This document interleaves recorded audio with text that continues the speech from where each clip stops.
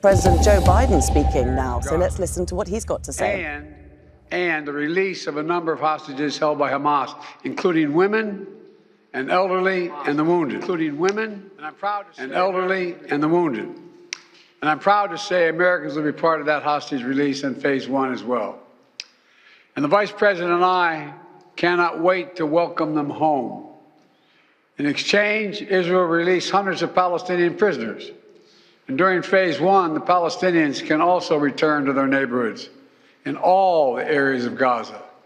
And the surge of humanitarian assistance into Gaza will begin. And the innocent people can have a greater access to these vital supplies.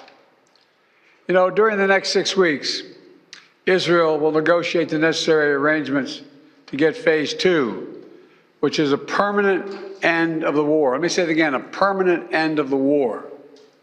There are a number of details to negotiate to move from phase one to phase two, but the plan says if negotiations take longer than 6 weeks, the ceasefire will continue as long as the negotiations continue.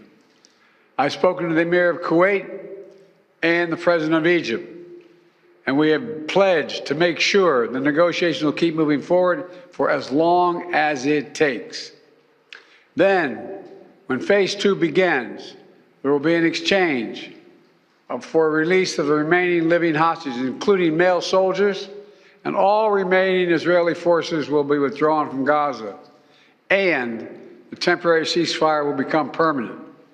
And finally, phase three, any final remains of hostages who have been killed will be returned to their families, and a major reconstruction plan for Gaza will begin.